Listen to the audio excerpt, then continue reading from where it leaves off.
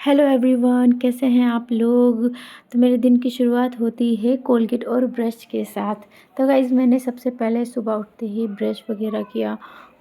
उसके बाद मैं लग गई अपनी मॉर्निंग रूटीन के काम में। सबसे पहले मैंने टेबल को साफ़ किया, उसके बाद मैंने सारे फैले हुए कपड़े वगैरह को सेट किया, सही से उनकी जगह पर रखा।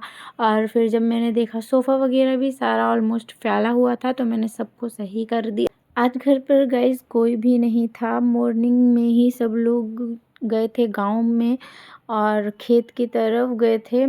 तो हमारा खेत है गाइस, और उनके मतलब काम है ढेर सारे खेतों में, तो वो लोग सब लोग चले गए थे खेत में काम वगैरह देखने।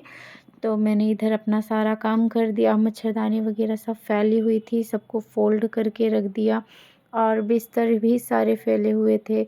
तो गाइज़ ये जो मेरा छोटा बेबी है अज़लान, वो भी उन्हीं के साथ जा चुका था। ये उनका पीछा नहीं छोड़ता है, क्योंकि इन्हें अपने पापा पापा तो चाहिए ही होते हैं। पापा हो चाचू हो, बच्चों को तो चाहिए होता है घूमने के लिए। तो ये भी सुबह-सुबह उठ कर के सबसे पहले चले गए थे सबके साथ। फिर मैंने सारे बिस्तर वगैरह को फ़ोल्ड करके उनकी जगह पर रख दिया, और फिर मैंने लगा लिया झाड़ू। उसके बाद मुझे बहुत सारे काम वगैरह करने थे। झाड़ू लगाने के बाद मैंने कोने-कोने को साफ़ किया, झड़काया। और फिर गाइज़ रोज़ वही काम, वही सुबह, एक जैसी सुबह रहती है गाइज़ मेरी। डेली एक जैसी सुबह रहती है, क्योंकि गाइज़ उठो, ब्रश करो, मुँह हाथ धोकर रेडी हो जाओ, झाड़ू पोछा लगाओ, उसके बाद नाश्ता वगैरह बनाओ, खाओ पियो, बर्तन धो, और फिर रेस्ट करना है रेस्ट करो, पढ़ाई करनी है पढ़ाई करो। फिर उधर दोपहर का हो जाता है, दोपहर में खाना वाना बनाओ, खाओ पियो। फिर अगर थोड़ी देर 3 बजे से 5 बजे तक फिर रेस्ट कर लीजिए, और इसमें रेस्ट करना है रेस्ट करिए, पढ़ाई करनी है पढ़ाई करिए। मतलब जो आपको करना है वो करिए खाली दोपहर में। तो गाइज़ अब मैं आ गई थी छत पर। छत पर भी झाड़ू पोछा लगा वगा के मैंने रेडी कर दिया।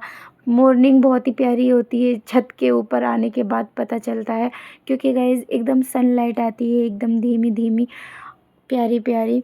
उसके बाद उसके बाद मैंने अपना सनलाइट में मॉर्निंग को एंजॉय करते हुए पानी वगैरह पी लिया था। फिर उसके बाद मुझे नाश्ता बनाना था गाइज़। फिर मैंने नाश्ता बनाने की तैयारी कर ली थी। आज हम लोग बना रहे थे आलू और प्याज का ग्रीन वाला होता है ना हिस्सा, वो उसको सागा बोलते हैं हमारे साइड। आपके साइड क्या बोलते हैं आप कमेंट में ज़रूर बताइएगा। फिर हमने रेडी कर लिया आलू और सागे की सब्ज़ी। फिर बहुत ही टेस्टी बनी थी गाइज़। नाश्ता वगैरह करने के बाद दूध वाले अंकल आ गए थे, फिर हमने दूध चढ़ा दिया था हॉट मिल्क पर लगा के, और बाकी सारे काम निपटा लिए थे। मेरा सारा काम हो चुका था, नीचे का ऊपर का। घर एकदम शाइनिंग मार रहा था गाइज़। कितनी देर के लिए, थोड़ी देर के लिए, अज़लान के आते ही फिर वैसे ही घर हो जाता है। ये देखिए गाइज़, फिर मेरे को बनाना था दोपहर का खाना। फिर मैंने चढ़ाई एक तरफ दाल और एक तरफ रोटी बनाना चालू कर दिया मैंने। ये क्योंकि मम्मा पापा लोग खेती में थे, और जो अज़लान के चाचू थे वो आने वाले थे खाना लेने के लिए, खाना बना कर के देना था। वो लोग खेती में खाना खाते हैं। तो गाइज़ मैंने जल्दी-जल्दी रोटी भी बना दी, दाल चावल चढ़ा दिया उधर, और सारा खाना बना कर उनको भिजवा दिया। वैसे गाइस बड़ा ही मज़ा आता होगा ना खेत में बैठकर आराम से खाना खाने में।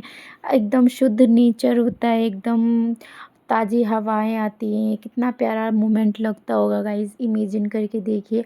अगर आपने भी जंगल में कभी खाना वगैरह खाया है तो फिर आप कमेंट करके बता सकते हैं। उसके बाद मुझे धुलने थे कपड़े गाइस। जब कपड़े धुल दिए मैंने, सूख गए, तो मैंने सोचा अभी प्रेस करके रख देती हूँ। तो मैंने लगे हाथ प्रेस करके रख दिया, एक तरफ फोल्ड करके रख दिया था। तो फिर मैं ये सारा काम निपटाने के बाद थोड़ी देर, हाँ गाइज़, मैंने रेस्ट किया था। फिर उसके बाद मैं नहा धो के फ्रेश हो गई, और फिर मैंने अपनी फ़ेवरेट सीट सँभाल ली। जैसा कि आप लोगों को पता है गाइज़ कि मैं यूपीएससी एस्पिरेंट हूँ, और मैं यूपीएससी की तैयारी कर रही हूँ।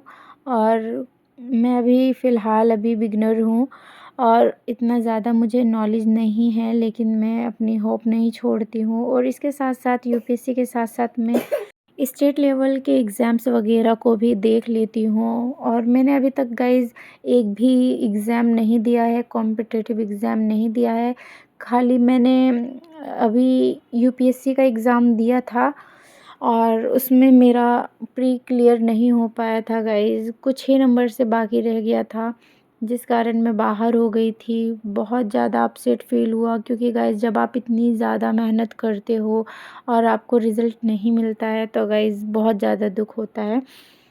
और फिर समझ नहीं आता है कि क्या करना चाहिए, क्या नहीं करना चाहिए, क्योंकि गाइज़ इतना सब करने के बाद जब रिज़ल्ट नहीं मिलता है तो इंसान का दिमाग जो होता है वो काम करना बंद कर देता है। ऐसा लगता है कि अब कहाँ से स्टार्ट करूँ दोबारा से पढ़ना।